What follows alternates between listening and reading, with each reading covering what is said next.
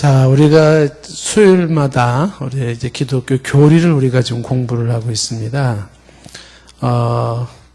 그래서 이제 크게 보면, 큰 제목으로 보면, 성경에 하나님을 어떻게 설명하고 있나. 그래서 신론에 대한 거, 하나님에 대한 이야기를 장황하게 쫙 공부를 했고요. 물론 그 앞에는, 신론하기 전에는 종교에 대해서, 그 다음에 성경에 대해서 이런 얘기를 좀 했고요. 하나님에 대한 걸 한 3달 정도 이렇게 쭉, 보통 3달, 4달 정도 이렇게 했고, 이제 신론이 끝난 다음에, 그 다음에 이제 인간론에서 성경은 인간을 어떻게 말을 하고 있나. 그래서 인간에 관련된 이야기를 쫙 또 한 서너 달 또 이렇게 쭉 보았고요. 그 다음에 이제 큰 타이틀 3번째로 이제 우리가 그리스도, 성경은 그리스도를 어떻게 말하고 있나. 그래서 그리스도에 대한 이야기를 지금 또한 3달 정도, 4달 이렇게 좀 쭉 공부를 하는데 이제 오늘 그리스도에 대한 게 마지막이 될 수가 있겠습니다.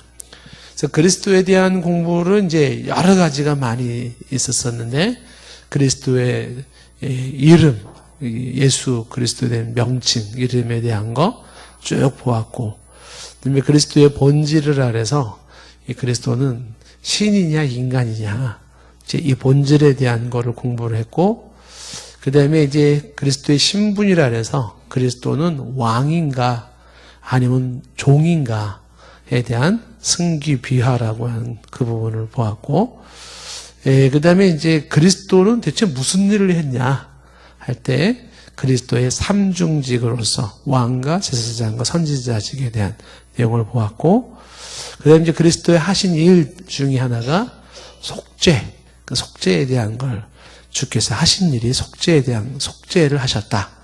인간의 죄를 속죄하셨다. 그 속죄에 대한 이야기가 지난 시간에 이제 하다가 중단됐고, 속죄에 대한 이야기 이제 오늘 마무리를 지으면 이제 그리스도에 대한 얘기는 끝나요. 그러니까 성경의 전체에 나와 있는 그리스도에 대한 이야기는 아주 폭넓게 깊게 여러분들이 이제 공부를 하는 셈이 됩니다.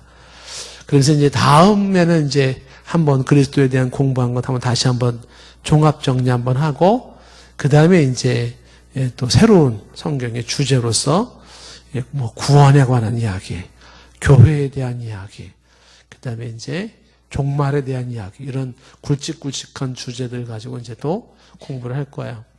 공부하는 내용이 이제 굉장히 좀 방대하기도 하고요. 그리고 좀 깊기도 합니다. 그래서 전체를 다 기억하는 건 쉽지는 않을 테고, 그래서 이제 거기서 이 소주제로다가 쪼개서 이제 이렇게 공부를 이제 했거든요.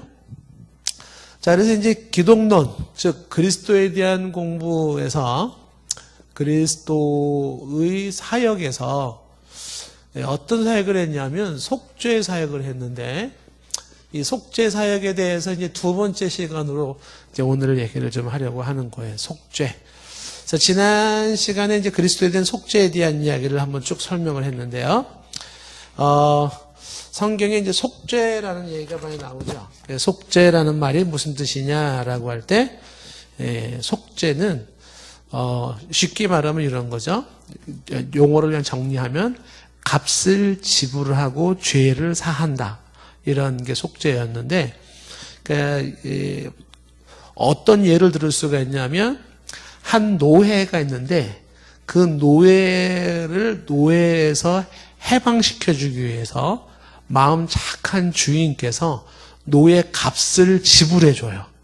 이 노예는 옛날식으로 말하면 노예는 몇천 양이다. 근데 주인이 몇천 양의 돈을 주고 노예를 사가지고 와서 넌 이제부터 노예가 아니야, 자유야, 이렇게 자유를 주는 거죠. 그러니까 값을 지불해서 상대를 사온다, 혹은 값을 지불해서 예수님 속죄 그러면 값을 지불해서 우리의 죄를 사한다, 이런 거예요. 그래서 보통 이 속죄라고 하는 그 단어가 어원적으로 보면 그게 보통 이제 고엘이라고 하는 히브리 단어 카파르라는 그런 단어가 있는데, 그게 보통 이제 상거래, 우리가 어디 상점에 갔을 때는 얼마 값을 지불해서 물건을 사서 내 거로 만드는 것처럼 바로 예수님이 피값을 지불해서 당신의 피값, 그 피로 값을 지불했어요. 피로 값을 지불했다는 건 생명으로 값을 지불한 거죠. 그렇게 해서 죄인 된 우리를 그 죄와 저주 아래에 있는 우리를 사오셨어요. 끄집어내 오셨어요. 그래서 이제 우리가 죄 아래 있지 않고 저주 아래 있지 않고 이제 끄집어내서 그 주님이 당신의 피값으로 우리를 사신 다음에 우리에게 주신 게 뭐냐 하면 넌 이제부터 자유야. 이렇게 자유를 주신 거예요.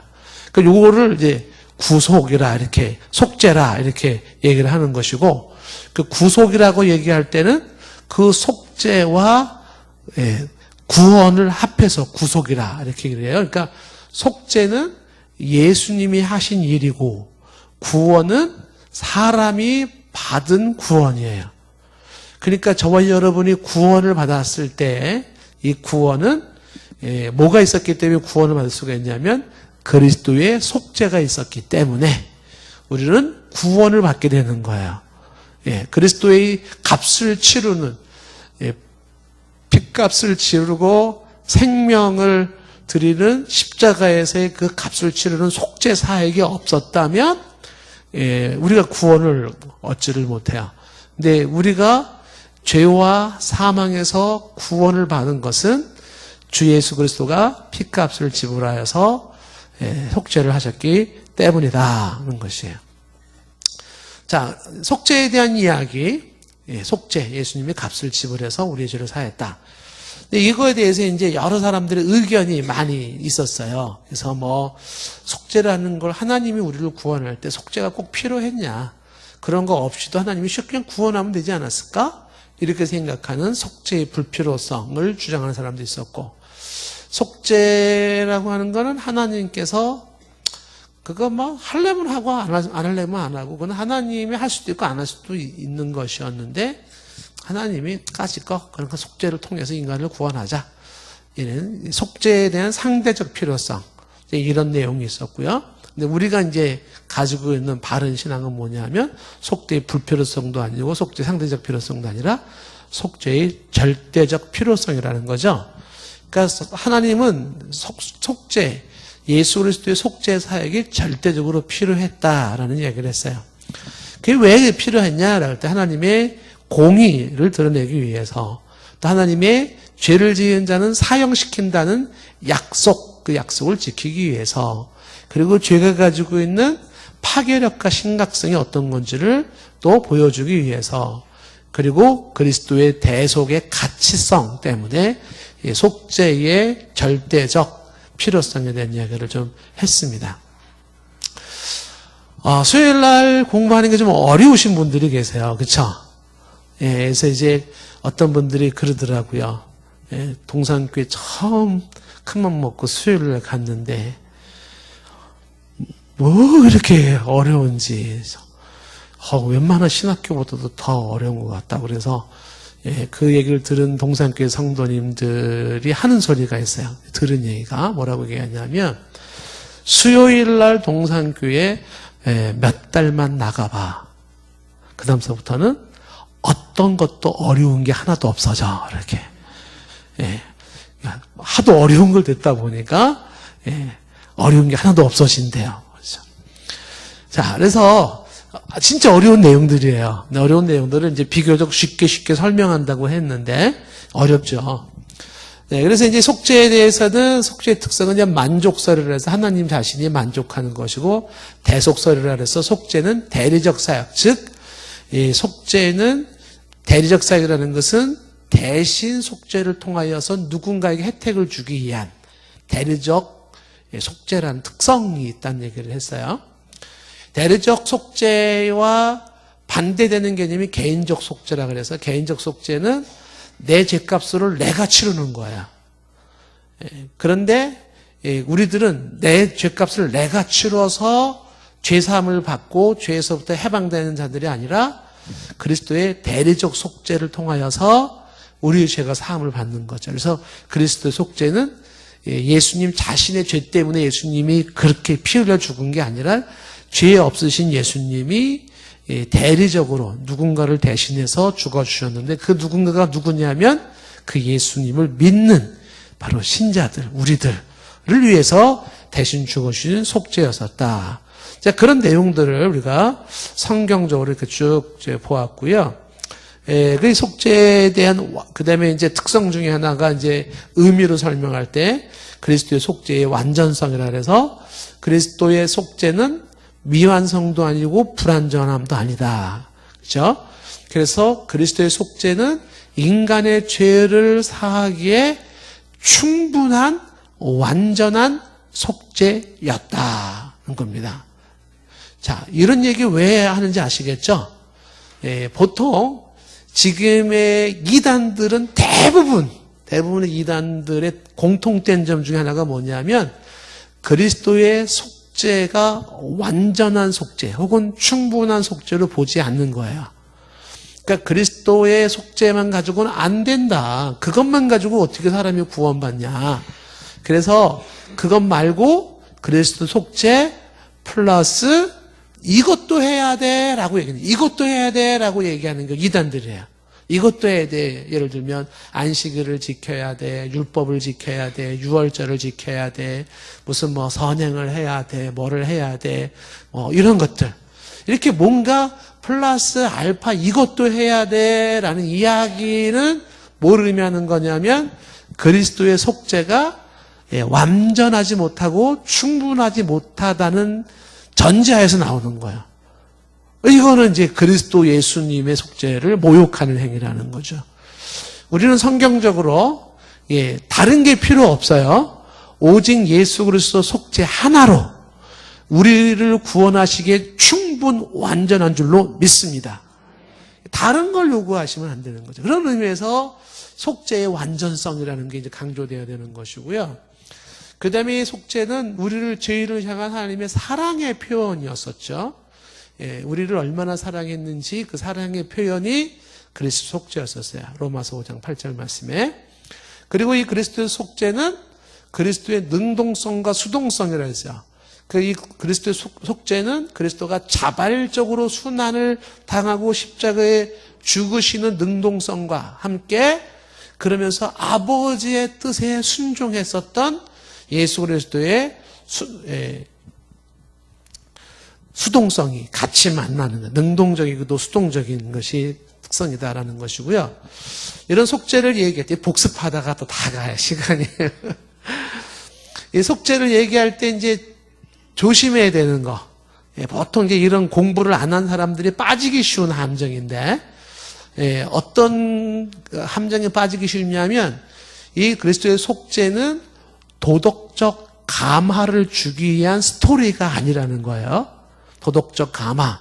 그러니까 도덕적 감화라는 것은 뭐냐 하면 이 십자가 사건을 막 얘기하면서 이와 같이 우리도 이웃을 위해서 누군가를 위해서 희생하고 사랑하고 뭐 이렇게 강조를 한다든지 혹은 그리스도의 이 십자가 사건 그 속죄 사건을 쭉 얘기하면서 사람의 마음을 막 슬프게 만들어. 예수님 너무 안 됐다. 불쌍하다. 막 이렇게 사람의 감동을 주거나 어떤 그 도덕적 삶을 살게 하기 위한 그러한 모습으로 속죄를 이해하게 하면 어떻게 되냐면 그거는 속죄에 대한 이해에 1부터 100이라 그러면 그거는 한 10 정도. 그러니까 90을 빼놓은 거죠. 그러니까 속죄를 얘기할 때 중요한 건 뭐냐 하면 뭐예요? 속죄에서 강조된 중요한 게 뭐예요?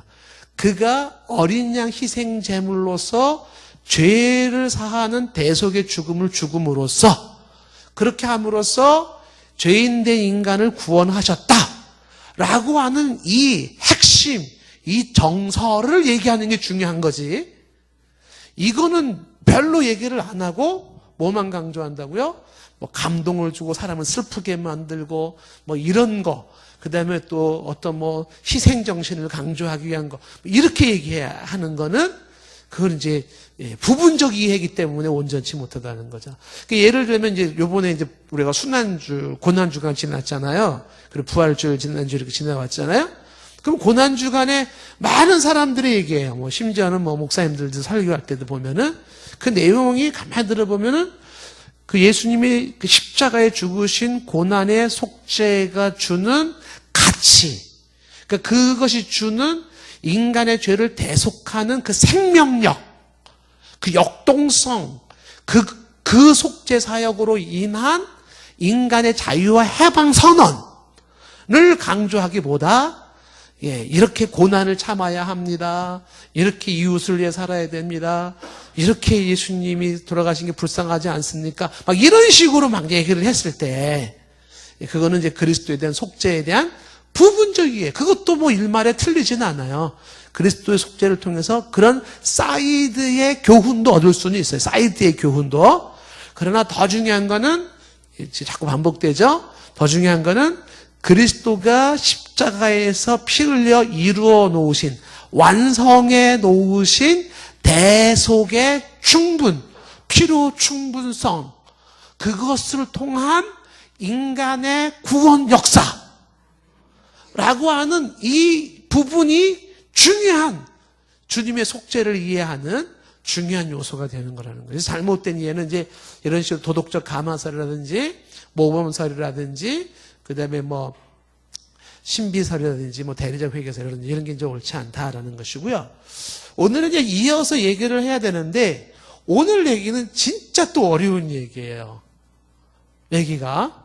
그래서 여러분들이 이제 속죄에 대한 이야기에서 여기서 속죄 얘기를 딱 끝내버려도 사실 상관은 없어요. 근데 여기서 끝내지 못하고 조금 더 어려운 얘기를 해야 되는 이유는 그 조금 더 어려운 이야기가 여러분들의 신앙생활 하다 보면 반드시 부딪히는 질문들이기 때문에 그래서 이게 좀 어렵지만 얘기를 하지 않을 수가 없습니다. 그러면 이제 오늘 속죄 사역에서 말하고 싶은 게 뭐냐라고 할 때 이걸 얘기하고 싶은 거죠.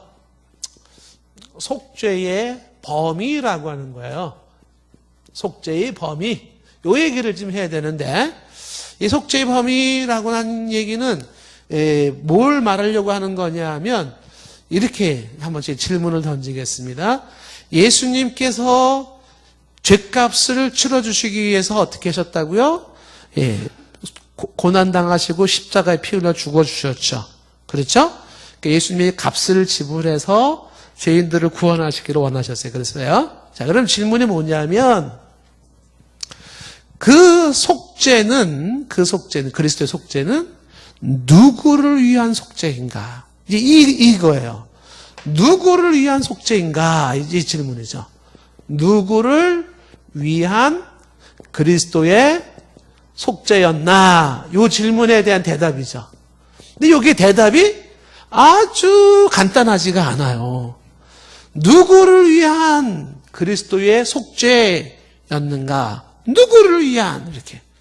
그랬을 때 이제 이 누구를 위한이라고 하는 것 속에서 이제 신학자들이 여기서부터 이제 아주 어마어마하게 아주 좀 막 복잡하고 아주 깊이 있게 들어가기 시작을 하는 건데 여기서 이제 누구를 위한이라는 이 속죄의 범위를 이야기할 때 먼저 이제 포인트를 놓치면 안 되는 게 뭐냐면 이 그리스도의 속죄의 범위를 얘기하는 것은 요거를 좀 써가면서 해결할게요.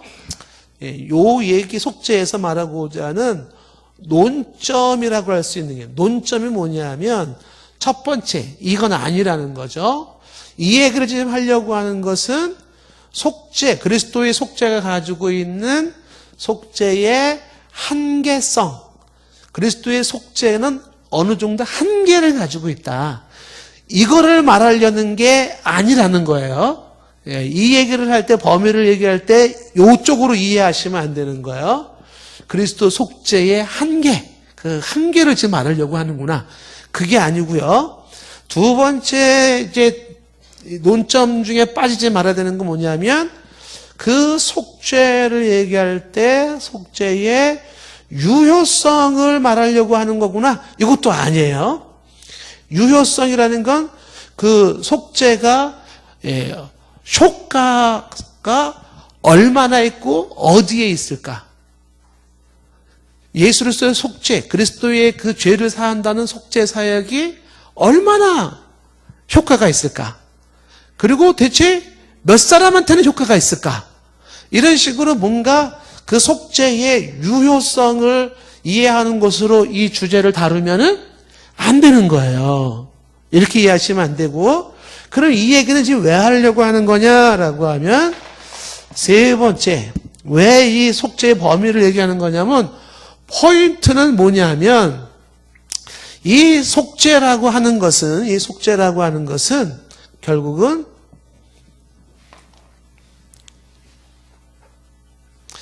쉽게 얘기하면 이 속죄를 얘기하는 것은, 이 속죄는 믿음과 회개를 전제한다.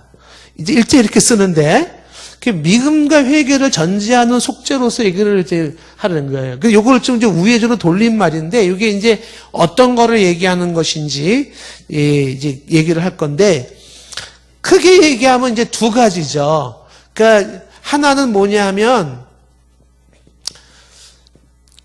용어를 그냥 어려운 용어로 쓰겠습니다.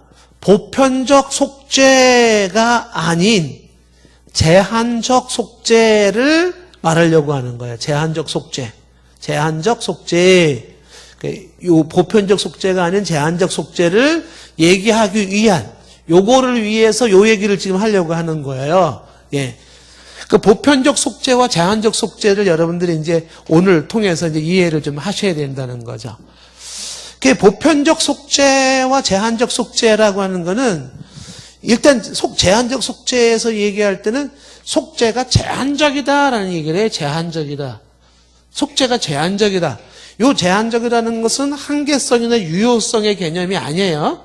이 개념이 아닌 제한적 속죄인데 쉽게 얘기하면 제한적 속죄는 이 예수님의 속죄가 택자를 위한 속죄예요. 택자를 위한 속죄. 그러니까 요 얘기인데 결국은 택자를 위한 속죄인데 속죄의 범위는 택자를 위한 속죄다. 그 보편적 속죄는 뭐냐면 택자라는 게 뭐가 있어? 그런 게 어디 있어? 그래서 보편적 속죄라고 하는 것은 주 예수의 그리스도의 속죄에는 제한이 없어서 모든 인간들에게 누구에게나 다 혜택이 간다 이렇게 보는 거예요. 모든 사람에게 누구에게나 다 혜택이 간다. 이게 뭐예요? 보편적 속죄. 그거 맞는 거 아니에요? 누구에게나 모든 사람에게 혜택 가는 그게 아니에요? 이렇게 여러분 이제 이해하기가 쉽죠. 근데 제가 이제 좀 똑부러지게 얘기를 합니다. 그게 아니고요. 그게 아니고 하나님의 속죄, 그리스도 속죄는 모든 사람 누구에게나가 아니라 택자가 따로 있다는 거예요. 그 택자들을 위한 그리스도의 속죄라는 거예요. 이거는 이단이 아닌 정통 기독교 안에서도 의견이 달라지는 거예요. 그러니까 어느 교회 어느 목사님이 이 얘기를 했다. 보편 속죄를 얘기했다. 그렇다고 해서 이단이라고 말하진 않아요. 이거는 이쪽을 얘기하는 것과 이쪽을 얘기하는 건 둘 다 인정을 해줍니다. 둘 다 인정을 해주는데 장로교에서는 이 제한적 속죄를 선택을 하는 거죠. 물론 순복음도 이걸 선택을 해야죠. 그죠? 그러니까 이 제한적 속죄를 강조하는 게 지금으로 말하면 이제 장로교, 침례교 뭐 이런 데 여기를 얘기를 하는 것이고 보편적 속죄를 얘기하는 것보다 감리교. 그러니까 감리교 출신들은 이제 보통 보편적 속죄를 얘기를 해요. 근데 지금 이제 우리는 이 제한적 속죄에 대한 이야기를 이제 오늘 우리가 지금 얘기를 하려고 하는 거예요. 이 제한적 속죄는 이제 칼빈이 주로 강조했던 내용 중에 하나죠. 그러면 이 제한적 속죄는 즉 택자를 위한 속죄라고 해서요. 그러니까 누구를 위한 그리스도의 속죄인가라고 굳이 한마디로 답을 말한다면 택자를 위한 속죄 이렇게 말할 수 있겠죠. 그걸 제한적 속죄라 그러고 이 택자들에게는 필연적으로 따라오는 게 뭐냐면 믿음과 회개가 따라와요. 그러니까 이게 믿음과 회개가 아무 회개는 주어지지 않죠. 그러니까 이거는 조금 말을 바꿔보면 이렇게 바꿔 말할 수도 있어요. 이건 이제 좀 이렇게 바꿔 말하면 신학적으로 약간 위험성이 있을 수는 있지만 이제 이해를 돕기 위해서 말씀드리자면 뭐냐 하면 여러분 주변에 사람들을 전도하거나 하면 전도받은 사람들이 누구나 다 그리스도의 속죄를 믿고 자신의 죄를 회개하던가요? 안 해요. 근데 그거를 믿고 회개하는 사람이 따로 있다는 거예요. 근데 왜 누구는 믿고 회개하는데 왜 누구는 믿지 않고 회개도 안 하는가? 왜 그럴까요? 누구는 이 속죄를 이야기할 때 아멘 하면서 받아들이고 그리고 감사함으로 어떤 사람은 눈물을 흘리면서 그리스도에 대한 감사와 감동과 하나님 앞에 찬양을 올리는 그러한 인생을 바꿔놓는 그런 그리스도의 속죄가 되는 사람도 있는데 어떤 사람은 그리스도의 속죄가 100번, 1000번을 얘기해도 그래서 못 쳤다고. 넌 안 믿어. 이런다는 거예요. 그러니까 결과론적으로 보더라도 결국은 이 속죄를 믿는 사람과 안 믿는 사람이 구별이 되더라는 거죠. 물론 시기적으로 다를 수는 있어요. 먼저 믿고 나중 믿는 거 있을 수 있겠지만 그냥 믿는 사람이 있고 안 믿는 사람이 있고 자신의 죄를 회개하는 사람이 있고 안 하는 사람이 있는데 그 차이를 다시 거꾸로 얘기하면 그 믿고 회개하는 사람을 택자라 이렇게 이해할 수가 있는 거죠. 택자들은 그게 가능하다 이렇게 보는 거예요. 자, 이제 이 얘기를 조금 더 한번 얘기를 해보도록 하겠습니다. 그래서 오늘 이야기는 택자를 위한 속죄, 그 속죄의 범위는 바로 택자를 위한 속죄, 제한적 속죄, 요 얘기를 좀 하려고 하는 거죠. 그러면 이 부분에 대해서 성경에 그런 얘기가 어디 나오냐? 성경적 근거부터 한번 이제 보겠습니다. 마태복음 22장 14절 말씀에, 마태복음 22장 14절 말씀 한번 다 같이 읽어볼까요? 시작.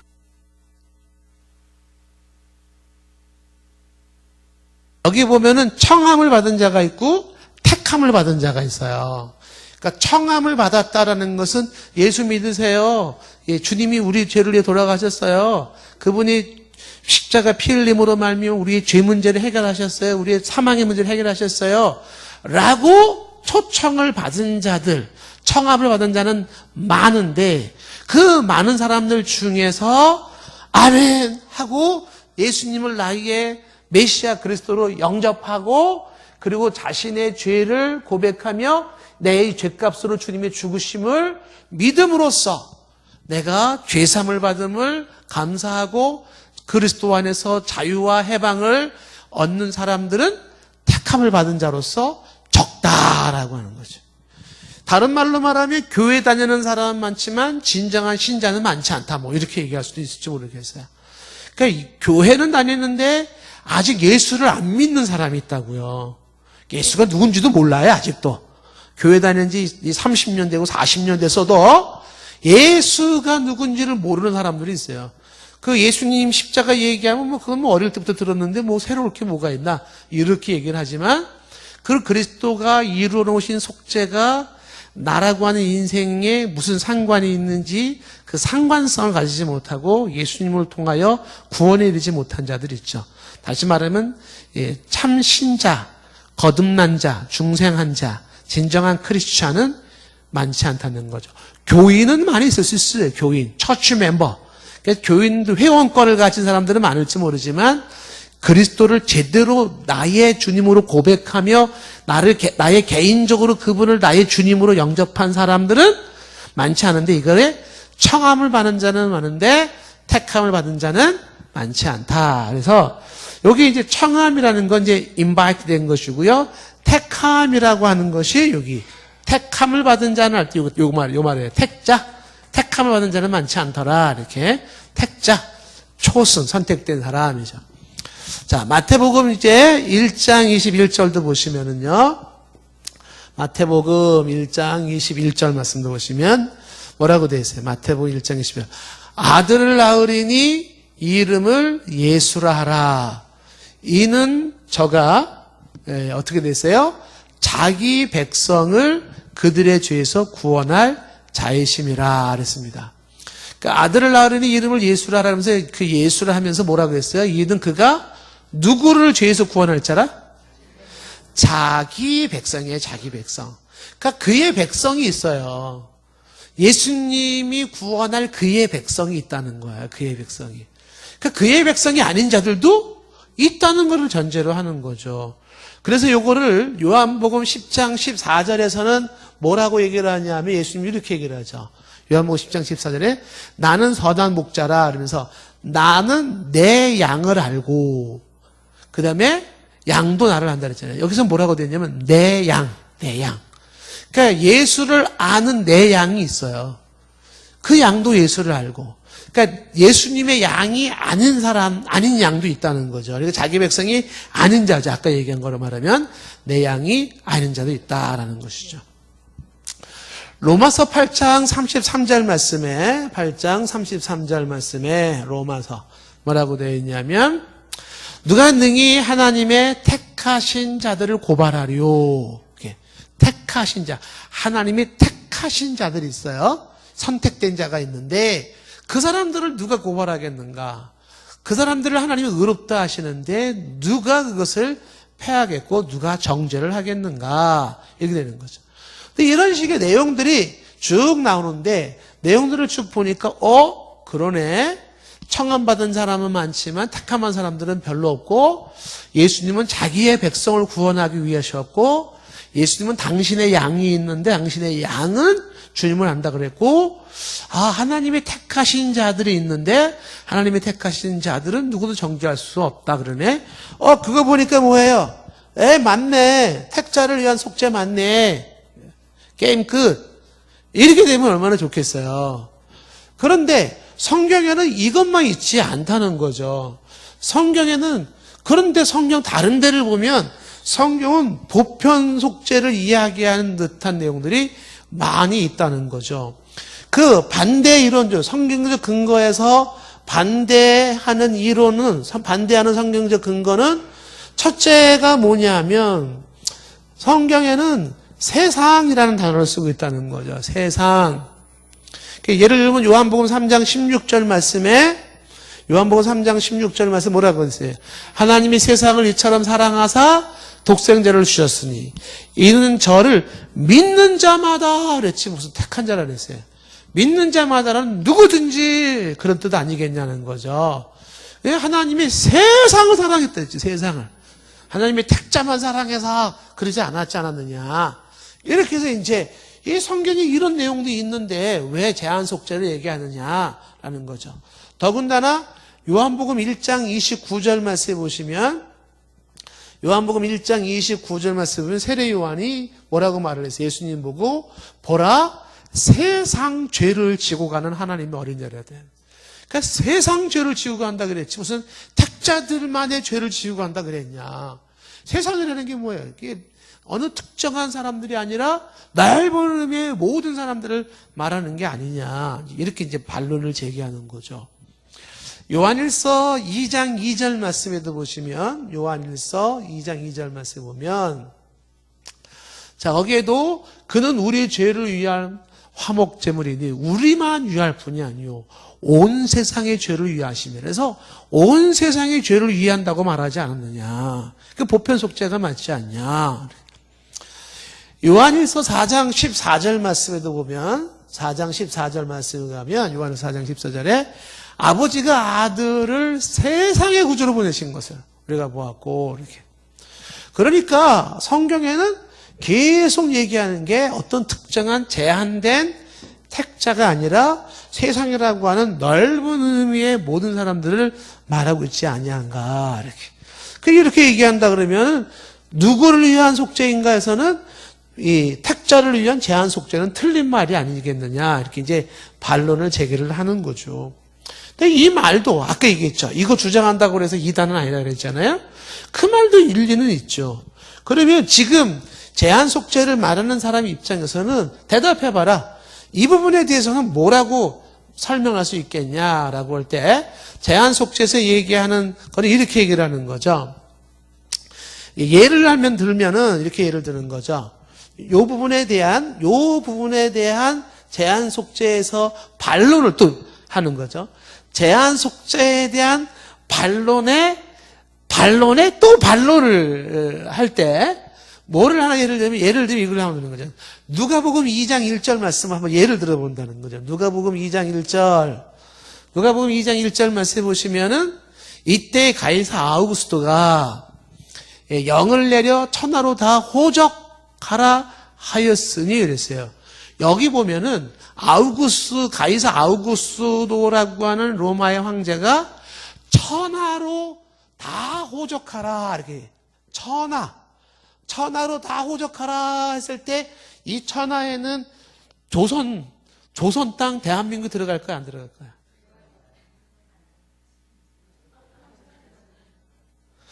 저 로마의 황제가 다 호적하러 고향에 내려가서 호적 등본하세요 할 때 그 천하는 미국 들어가요? 안 들어가요?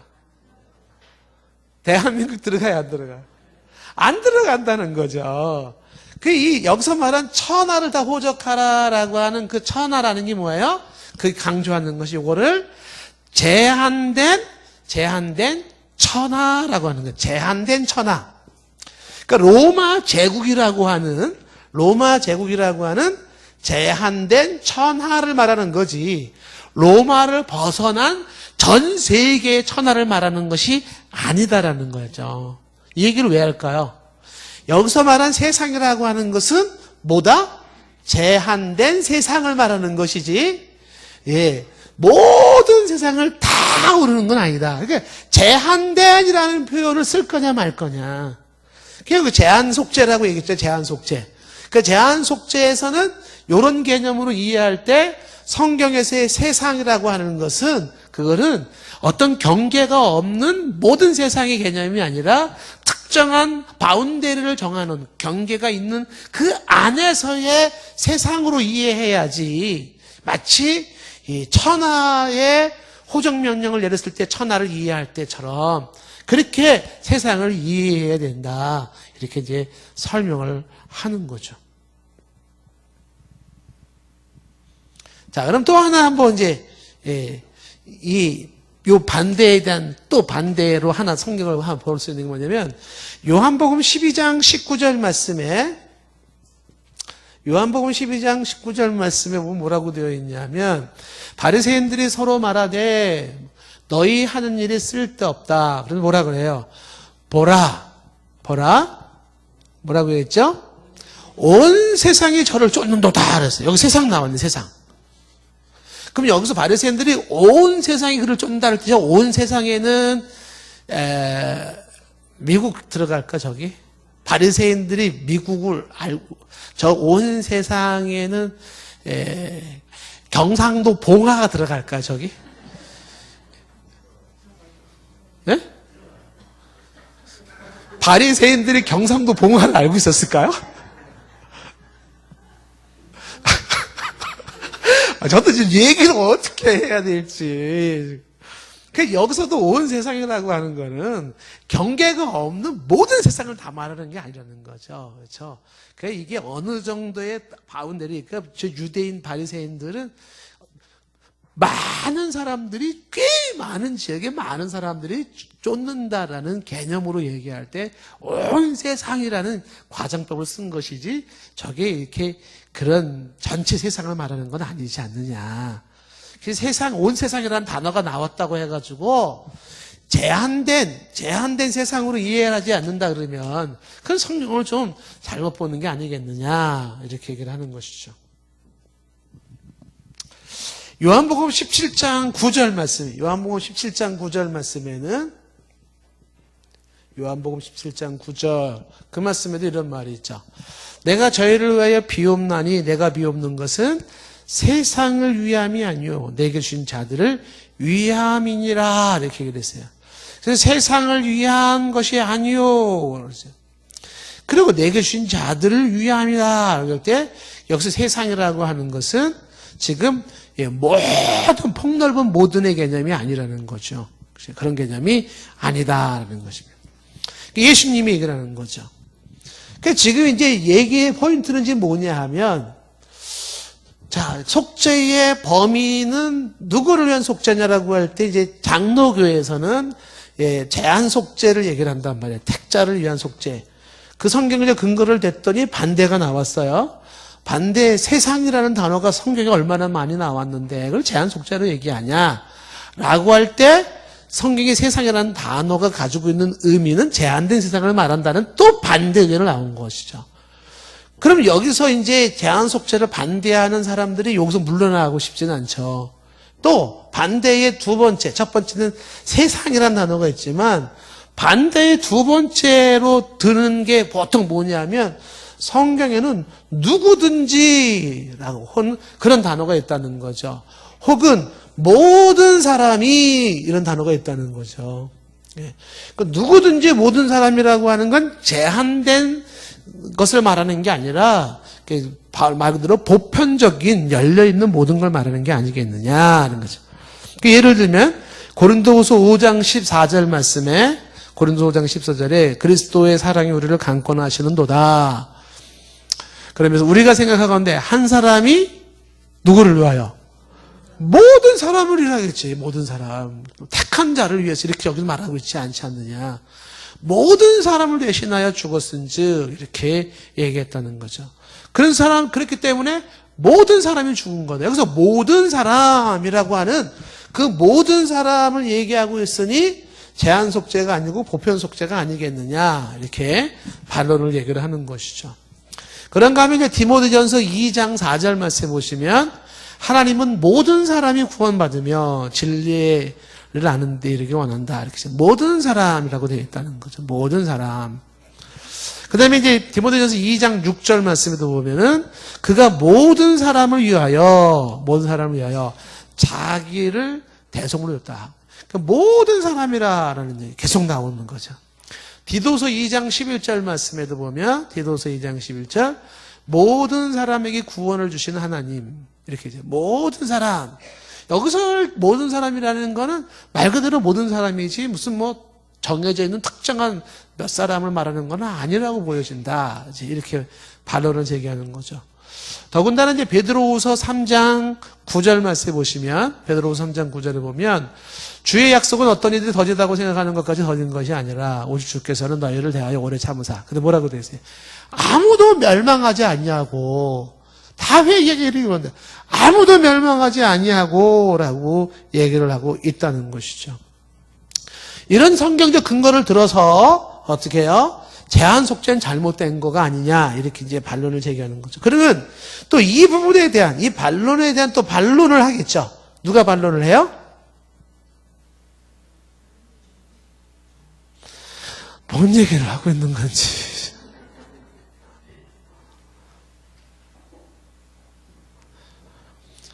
제한 속죄를 얘기하는 사람에 대해서 반대하는 사람들, 그 반대하는 사람들에 대해서 또 반대를 해. 누가? 제한 속죄하는 사람들이.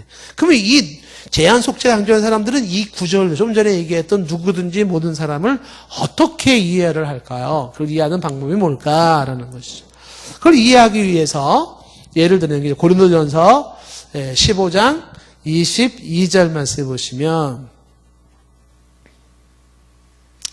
뭐 보고 있죠? 아담 안에서 모든 사람이 죽은 것 같이 그리스도 안에서 모든 사람이 삶을 얻으리라 이렇게 됐거든요. 그랬을 때 여기서 모든 사람이 그리스도 안에서 모든 사람이 삶을 얻으리라 할 때 그 모든 사람이라는 게 말 그대로 삶을 얻는 생명을 얻는 구원받는 사람이 모든 사람을 의미하는 거냐? 그렇지 않다는 것이죠. 그렇지 않다. 그럼 여기서 얘기하는 것은 뭘 얘기하는 거냐라고 할 때, 이 모든 누구든지라고 하는 요 개념에서 강조하는 것은 제한 속죄에 강조하는 사람 이거는 특정인의 모든으로 보는 거죠. 특정인의 모든. 그러니까 택자의 모든 택자의 모든 이렇게 보는 거죠. 택자의 모든. 그 누구든지라고 할 때는 택자의 누구든지 이렇게. 특정인의 전체, 제한된 사람을 말하는데 그 제한된 사람이라는 특정인, 그들의 전체를 일컬었을 때의 모든이라고 하는 것으로 이해를 하는 것입니다. 자, 이렇게 이제 속죄에 대한 이야기를 이제 얘기를 할 때, 자, 그러면 이제, 오늘도 얘기를 다 못 끝날 상황인데, 그러면 이제 이게 제한된 속죄를 이야기할 때, 반론들이 막 이렇게 쭉쭉쭉 얘기 나오는데, 그러면 이 제한된 속죄의 목적이 뭐냐? 그 다음에 하나님은 선택은 대체 어떻게 한 거냐? 이런 많은 질문이 나오기 시작하는 거죠. 예를 들면은 여러분들이 이런 얘기하면 제일 먼저 나오는 반론이 뭐냐면 하나님이 누군가를 택해서 그를 위해 속죄했다 그러면 하나님은 불공평하지 않느냐? 하나님은 비합리적이다.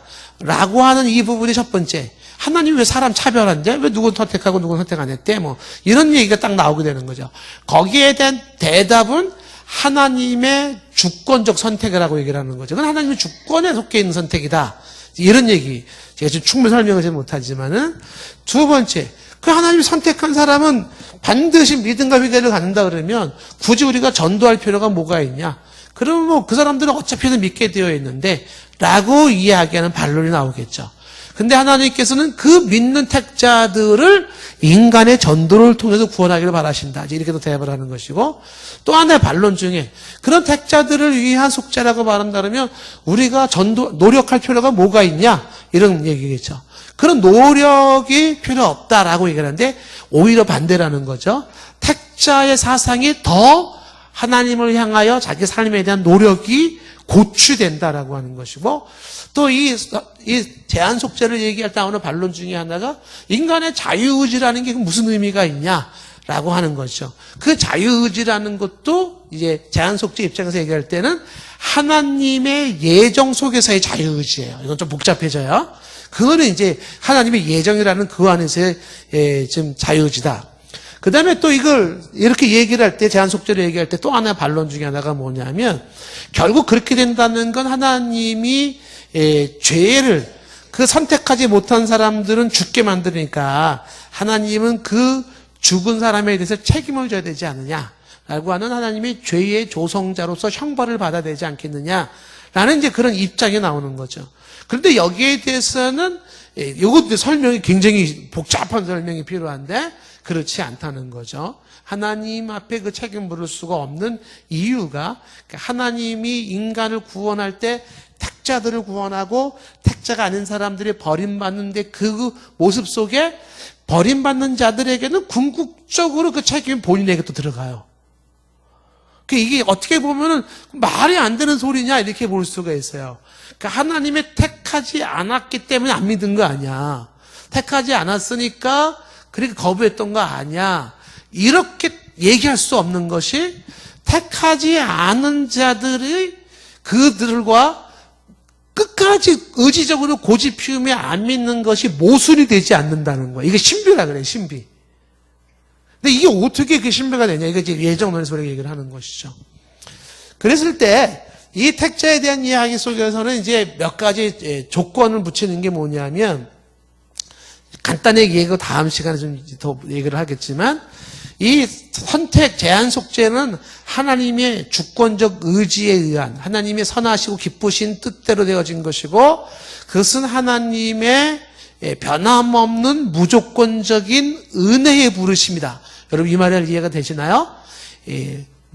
불변하는 무조건적인 은혜의 부르심이다. 은혜의 부르심. 쉽게 얘기하면 이제 보통 이렇게 예를 들죠. 사과가 10개가 있는데 다 썩었어요. 그 썩은 사과는 다 어떻게 돼요? 갖다 버려야 돼요. 사과 입장에서는 할 말이 없어요. 다 썩었기 때문에. 근데 그 중에 썩은 사과 몇 개를 주인이 요건 좀 요쪽 놔둬야지 이렇게 골라냈어요. 이렇게 됐을 때 요렇게 고름을 받은 요 사과는 요걸 은혜를 받았다고 보는 거예요. 선택받은 은혜죠. 그렇죠? 그런데 이제 여기 있는 나머지 9개 선택받지 못한 사과가 그런 게 어디 있어? 왜 쟤만 선택하고 나는 왜 안 해? 라고 말할 수가 없는 게 다 자기 죄값으로 인하여서 자기가 버림받는 것 뿐이에요.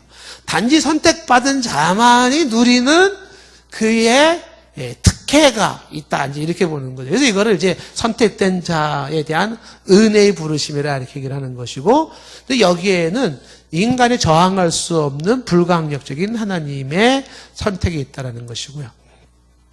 자, 요 내용에 대해서는, 이제 에베소서, 오늘 여러분이 성경 읽은 거 에베소서 말씀, 거기 이제 오늘 얘기를 끝내야 되는데, 시간이 됐기 때문에, 그 에베소서 1장의 내용이 지금 우리가 쭉 얘기했던 내용들을 쫙 정리해 주는 게 이제 에베소 1장이에요. 그러니까 에베소 1장은 요 제한 속죄에 대해서 하나님이 언제, 무슨 기준으로, 왜 그렇게 했는지에 대한 내용들이 쭉 설명이 나와요. 어떤 근거에 의해서 그렇게 했는지, 그 결과가 어떻게 되었는지, 그리고 이것이 어떻게 비밀이 되는지, 이런 것들이 이제 에베소의 내용이 쭉 나오는데, 그 내용은 이제 다음 주에 오히려 하는 게 좋을 것 같아요. 그쵸? 요거 맞아, 다 했으면 좋겠다는 사람 손 들어보세요. 그러면은 별로 안 들어요. 그리고 이제 예의상, 목사님 미안할까봐 그냥 예의상 이렇게 뭐 촥 들어줄 수도 있을지 모르겠지만, 뭐 그런 거에 또 제가 뭐 속아 넘어갈 사람도 아니고, 예. 다음 시간에 그건 더 얘기를 하도록 해보겠습니다. 자, 오늘은 이제, 속죄, 주님 하신 사역 중에서 제한 속죄라는 얘기만 우리가 좀 보았습니다. 여러분들이 예수님을 믿고, 내가 죄인임을 알아, 그 죄에 대한 고백을 하고, 주 예수 속죄로 말미암아 내가 구원받았음을 믿고 고백하는 사람이라면 여러분들은 하나님이 특별히 선택받은 사람이라는 거. 그래서 그걸 일단은 감사하시고 그것으로 우쭐대라는 게 아니라 겸손한 모습으로 하나님을 찬양하고 또 하나님의 부르심에 맞게끔 또 거기에 걸맞는 삶이 요구되어지니까 그런 삶을 살아가야 할 것이에요. 기도하겠습니다. 하나님의 선택하심은 신비하고 또 놀랍고 미처 우리의 이성적 논리로는 설명할 수 없는 부분이 있을지 모르겠습니다. 하나님 아버지 분명한 사실은 성령의 감화 감동하심으로 주 예수 믿게 하시고 주 예수 그리스도를 내 마음속의 구세주로 영접할 수 있게 하셨사오니 이 은혜를 주신 것이 천천만만 감사합니다. 하나님의 그 은혜에 찬양하게 하시고 하나님 앞에 영광 돌리는 심령들 되게 하옵소서.